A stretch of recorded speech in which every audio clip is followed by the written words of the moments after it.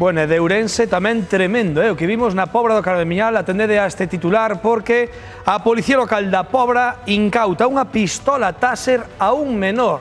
Tremendo. De feito, os axentes xa se puxeron en contacto co titor legal deste menor e, atención, obviamente son eles quen teñen que responder, e a multa máis pequena, Rocío, podrían ser uns 1000 euros. Meu Deus, e ademais o que máis chama a atención de todo isto é que resulta que esa pistola Taser era de fabricación caseira, non, Yaiza? Con potentes baterías e envolta en cinta illanta. Así era a arma que incautou a Policía Local da Pobra a 3 rapaces menores de idade en plena vía pública. Chamoulles a atención que estaban xogando como cun obxecto extraño e cando se achegaron xa viron que era unha pistola eléctrica tipo Taser. Así o puido comprobar a Policía Local e, de feito, un dos menores dixo que a fabricara el mesmo, polo que procederon a identificar os menores, por suposto, a requisarlles o artefacto e a avisar o titor legal do propietario do Taser do ocorrido. Agora está tramitada esta proposta para sanción que, como dicías, Espiño, pode partir dos 1000 euros, pero que pode chegar ata os 30.000. Bueno, totalmente prohibidísimas, as pistolas Taser para calquera, para o menor xa nin vos conto, só poden empregar as forzas e corpos de seguridade e en casos moi específicos. Yaiza, a mí o que me impresiona é o da fabricación caseira. Seguramente tirou da internet, non me equivoco, non?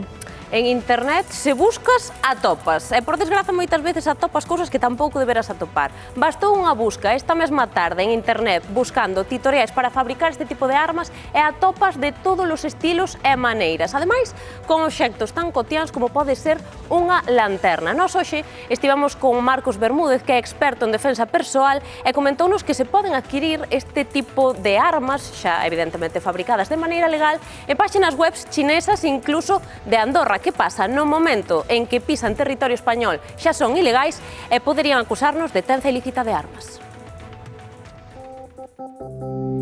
Este tipo de armas legais e autorizadas únicamente para as forzas e corpos de seguridade. O traballo con ela é o mismo que se pode facer cunha pistola da que teñen de dotación, que o que fai en vez de ser unha arma lesiva, como podría ser o disparar ca arma de fogo, pois incapacita neuromuscularmente aos individuos que reciben esa descarga eléctrica. Isto sería unha carga do dispositivo electrónico, as ondas estarían hacia adiante e unha vez que presionamos o disparador do arma saldrían as dúas ondas co seu ángulo de apertura para impactar no individuo sobre o que apuntamos o disparo.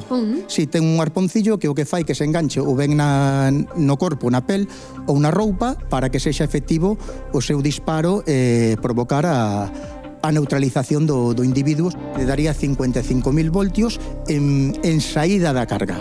Despois, unha vez que impacta no corpo, iría, vamos a decir, perdendo polo camiño algo, e o que impactaría no corpo humano serían entre 3.000 e 5.000 voltios. Provocan unha descarga e o que nos fai é bloquearnos muscularmente. Dicíasme antes, para que a xente ao mellor se faga idea na casa, que é como cando vemos a mosca que cae nestes aparatos... Sí, dá unha descarga por proximidade. A mosca pasa cerca do aparato e pum, e dá a descarga. Pois isto funciona igual.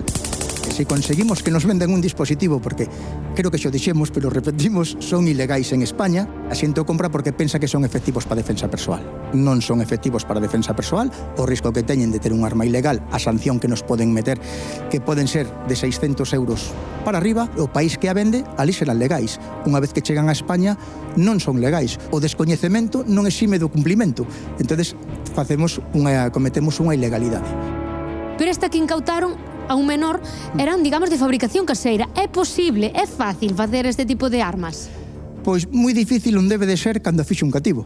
A base destes dispositivos é ter unha base plástica na que podemos introducir unha pequena batería para que provoque a descarga eléctrica, conectar os polos positivo e negativo para que faga esa pequena descarga como o que lle colleron ao cativo este aí na Pobra. Mentras non se analice eso onde o teñen que analizar no laboratorio criminalístico, pois non podemos decir moito máis porque se descoñece.